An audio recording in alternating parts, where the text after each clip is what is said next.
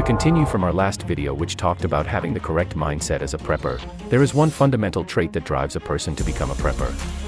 As human beings, we cannot escape our biology. Inherently, we are animals. As a living organism which has created complex societal interactions and behavioral tendencies, we still possess that one primal instinct that guides our senses and responses to the world around us. That very important instinct is self-preservation. From the time of living in caves to now living in modern homes surrounded by fences equipped with burglar alarms, self-preservation was and still is the cornerstone of our existence. Self-preservation is the protection of oneself from harm or death in order to survive. Psychology has identified this primal instinct as the fundamental biological trait that contributes to our behavior. This trait is no different from any other animal that will most definitely fight or flee, and go all out to stay alive when their survival is at stake. Self-preservation is an unwritten natural law.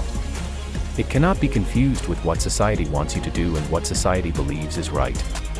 It is an individual trait that you decide on how it's applied. Nowadays, because we are overwhelmed by all types of media and propaganda campaigns, we are often bombarded by biased narratives that want to bend us towards a certain predetermined view. New words and catchphrases are thrown our way so that we are made to feel socially guilty for looking out for ourselves. When you start to think of yourself and your family first, society and the instruments they hide behind will be quick to throw opinions about how selfish you are when everyone else is suffering. The bottom line is that you do not stop breathing just because someone else also wants air. Survival of the fit, not fittest, is not about having the profile of a bodybuilder or the stamina of a field athlete. It is about the natural tendency to preserve yourself so that you and your bloodline can live on.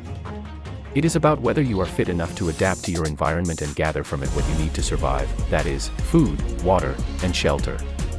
Taking our cue from our fellow animals, who pride themselves on cunning, stealth, and prowess in order to survive, we must appreciate that self-preservation is a built-in trait.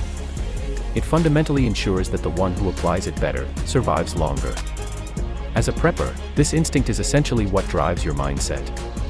Your quest is to ensure that when you are cut off from the world, or when society and the world around you is in chaos or collapses, that you have the necessary means and mechanisms to ensure the survivability of you and your family. Self-preservation is, therefore, nothing to be ashamed of.